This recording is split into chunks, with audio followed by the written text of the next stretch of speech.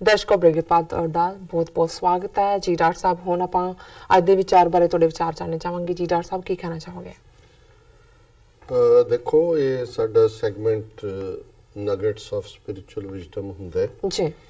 ਔਰ ਅੱਜ ਦੇ ਇਸ ਸੈਗਮੈਂਟ ਦੇ ਵਿੱਚ ਅਸੀਂ ਜਿਹੜਾ ਰਾਗ ਸੂਈ ਅਸ਼ਟਪਦੀਆਂ ਮਹੱਲਾ ਪੰਜਵਾਂ ਘਰ ਦੂਜਾ ਇਹ ਜਿਹੜੇ ਪਦੇ ਸ਼ੁਰੂ ਕੀਤੇ ਹੋਏ ਨੇ। ਅੱਜ 5 ਪਦੇ ਜਿਹੜੇ ਨੇ ਵਿਚਾਰ ਅਧੀਨ ਨੇ।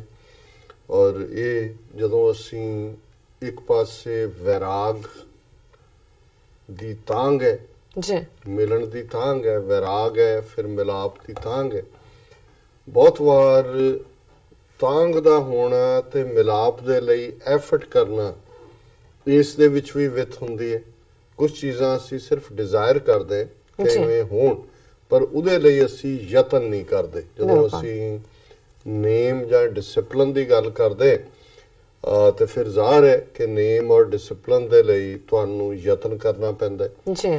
ਸੋ ਉਸ ਦੇ ਵਿੱਚ ਇਹ ਬੇਸ਼ੱਕ ਸੂਫੀਆਨਾ ਜਿਹੜਾ ਜਿੱਥੇ ਮੁਰਸ਼ਦ ਔਰ ਮੁਰੀਦ ਦਾ ਸੰਬੰਧ ਹੈ ਕਿ ਮੁਰੀਦ ਜਿਹੜਾ ਹੈ ਉਹ ਮੁਰਸ਼ਦ ਨੂੰ ਮਿਲਣ ਦੇ ਲਈ, ਮੁਰਸ਼ਦ ਦੇ ਲਈ ਸਭ ਕੁਝ ਕੁਰਬਾਨ ਕਰਨ ਨੂੰ ਤਿਆਰ ਹੁੰਦਾ।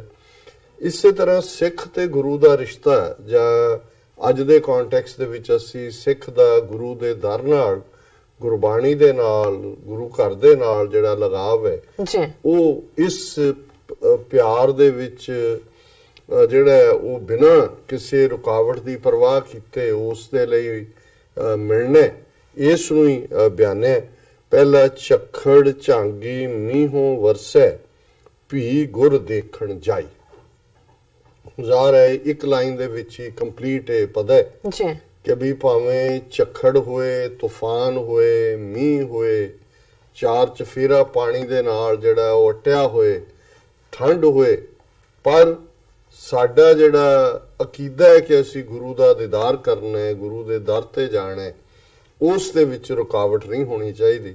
ਔਰ ਇਸ ਪ੍ਰਥਾਈ ਅਸੀਂ ਜਦੋਂ ਬਾਬਾ ਫਰੀਦ ਜੀ ਦੇ ਇਹ ਸ਼ਲੋਕ ਪੜ੍ਹਦੇ ਕਿ ਭਾਈ ਫਰੀਦਾ ਗਲੀਏ ਚਿੱਕੜ ਦੂਰ ਕਰ ਨਾਲ ਪਿਆਰੇ ਨੇਹੋ, ਚਲਾਂ ਤਾਂ ਭਿੱਜਿਆ ਕੰਬਲੀ ਰਹਾਂ ਤਾਂ ਟੁੱਟਿਆ ਨੇਹੋ। ਕਿ ਪਿਆਰੇ ਦਾ ਘਰ ਦੂਰ ਗਲੀ ਦੇ ਕੰਢੇ ਤੇ ਹੈ, ਚਾਰ ਚਫੇਰੇ ਮੀਂਹ ਪੈ ਰਿਹਾ, ਜੇ ਮੈਂ ਤੁਰਦਾ ਤੁਰ ਕੇ ਜਾਂਦਾ ਤੇ ਮੇਰੀ ਇਹ ਕੰਬਲੀ ਭਿੱਜ ਜਾਏਗੀ, ਇਹ ਵੀ ਕੋਈ ਕਿ ਮੇਰੇ ਕੋਲ ਹੈ।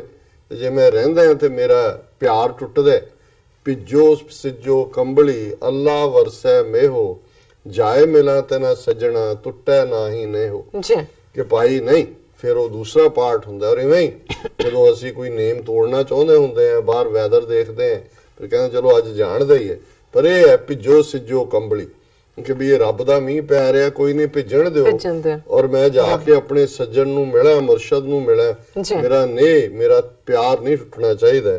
ਸੋ ਝੱਖੜ ਝਾਗੀ ਮੀਂਹੋਂ ਵਰਸੈ ਭੀ ਗੁਰ ਦੇਖਣ ਜਾਈ, ਸਮੁੰਦ ਸਾਗਰ ਹੋਵੇ ਬਹੁ ਖਾਰਾ ਗੁਰਸਿੱਖ ਗੁਰ ਪੈ ਜਾਈ। ਕਿ ਭਾਵੇਂ ਇਹ ਤਾਂ ਝੱਖੜ ਤੇ ਤੂਫਾਨ ਹੈ, ਜੇ ਸਮੁੰਦਰ ਵੀ ਹੋਏ ਖਾਰੇ ਪਾਣੀ ਦਾ, ਲੂਣ ਵਾਲੇ ਪਾਣੀ ਦਾ ਸਮੁੰਦਰ ਵੀ ਹੋਏ, ਗੁਰਸਿੱਖ ਫਿਰ ਵੀ ਉਸ ਸਮੁੰਦਰ ਨੂੰ ਪਾਰ ਕਰਕੇ, ਕ੍ਰਾਸ ਕਰਕੇ ਆਪਣੇ ਪਿਆਰੇ ਨੂੰ ਮਿਲਣ ਜਾਏਗਾ, ਗੁਰੂ ਨੂੰ ਮਿਲਣ ਜਾਏਗਾ। ਜਿਉਂ ਪ੍ਰਾਣੀ ਜਲ ਬਿਨ ਹੈ ਮਰਤਾ, ਤਿਉਂ ਸਿੱਖ ਗੁਰ ਬਿਨ ਮਰ ਜਾਈ। ਕਿ ਸਿੱਖ ਦਾ ਗੁਰੂ ਦੇ ਨਾਲ ਜਾਂ ਰੂਹਾਨੀਅਤ ਦਾ ਇਹ ਰਿਸ਼ਤਾ ਇਵੇਂ ਹੀ ਹੈ ਜਿਵੇਂ ਮੱਛੀ ਜਿਹੜੀ ਹੈ ਉਹ ਪਾਣੀ ਦੇ ਵਿੱਚ ਹੀ ਜਿਉਂਦੀ ਹੈ। ਜਦੋਂ ਉਹਨੂੰ ਤੁਸੀਂ ਪਾਣੀ ਤੋਂ ਅੱਡ ਕਰ ਦਿਓ ਤੇ ਉਹਦੀ ਮੌਤ ਹੁੰਦੀ ਹੈ। ਇਵੇਂ ਗੁਰੂ ਦਾ ਔਰ ਸਿੱਖ ਦਾ ਰਿਸ਼ਤਾ ਹੋਣਾ ਚਾਹੀਦਾ ਹੈ। ਸਿੱਖ ਗੁਰੂ ਤੋਂ ਬਿਨਾਂ ਆਖਾਂ ਜੀਵਾਂ ਵਿਸਰੇ ਮਰ ਜਾਉ। ਕਿ ਜਿਉਂ ਹੀ ਉਹ ਭੁੱਲੇ ਤਾਂ ਮਾਨੋ ਉਹਦੀ ਰੂਹਾਨੀ ਮੌਤ ਹੈ। ਜਿਉਂ ਪ੍ਰਾਣੀ ਜਲ ਬਿਨ ਹੈ ਮਰਤਾ, ਤਿਉਂ ਸਿੱਖ ਗੁਰ ਬਿਨ ਮਰ ਜਾਈ। ਜਿਉਂ ਧਰਤੀ ਸੋਭ ਕਰੇ ਜਲ ਬਰਸੈ, ਤਿਉਂ ਸਿੱਖ ਗੁਰ ਮਿਲ ਬਿਗਸਾਈ। ਕਿ ਜਿਵੇਂ ਧਰਤੀ ਜਿਹੜੀ ਪਾਣੀ ਤੋਂ ਪਿਆਸੀ ਹੁੰਦੀ ਹੈ, ਜਦੋਂ ਮੀਂਹ ਪੈਂਦਾ ਤੇ ਧਰਤੀ ਨਿਹਾਲ ਹੋ ਜਾਂਦੀ।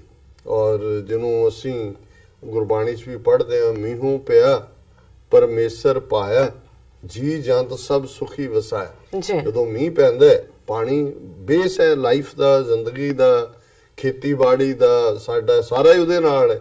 ਕਿ ਜਦੋਂ ਮੀਂਹ ਪੈਂਦਾ ਹੈ ਮੀਂਹੋਂ ਪਿਆ ਪਰਮੇਸ਼ਰ ਪਾਇਆ। ਇਹ ਰੱਬ ਦੀ ਰਹਿਮਤ ਦੇ ਨਾਲ ਜੀ ਜੰਤ ਸਭ ਸੁਖੀ ਵਸਾਇਆ। ਔਰ ਇੱਥੇ ਗੁਰੂ ਸਾਹਿਬ ਫਰਮਾਉਂਦੇ ਨੇ ਜਿਉਂ ਧਰਤੀ ਸੋਭ ਕਰੇ ਜਲ ਬਰਸੇ। ਜਦੋਂ ਮੀਂਹ ਪੈਂਦਾ ਹੈ ਜਲ ਬਰਸਦਾ ਤੇ ਧਰਤੀ ਸੋਭਾ ਕਰਦੀ ਹੈ, ਸਿਫਤ ਕਰਦੀ ਹੈ ਕਿ ਭਾਈ ਧਰਤੀ ਦੀ ਪਿਆਸ ਮਿਟ ਗਈ। ਤਿਉ ਸਿੱਖ ਗੁਰ ਮਿਲ ਬਿਗਸਾਈ। ਇਵੇਂ ਹੀ ਜਦੋਂ ਸਿੱਖ ਦਾ ਗੁਰੂ ਦੇ ਨਾਲ ਮਿਲਾਪ ਹੁੰਦਾ, ਸਿੱਖ ਦੇ ਅੰਦਰ ਵਿਗਾਸ ਹੁੰਦਾ, ਖੁਸ਼ੀ ਹੁੰਦੀ ਹੈ, ਖੇੜਾ ਹੁੰਦਾ, ਹੈਪੀਨੈਸ ਹੁੰਦੀ ਹੈ।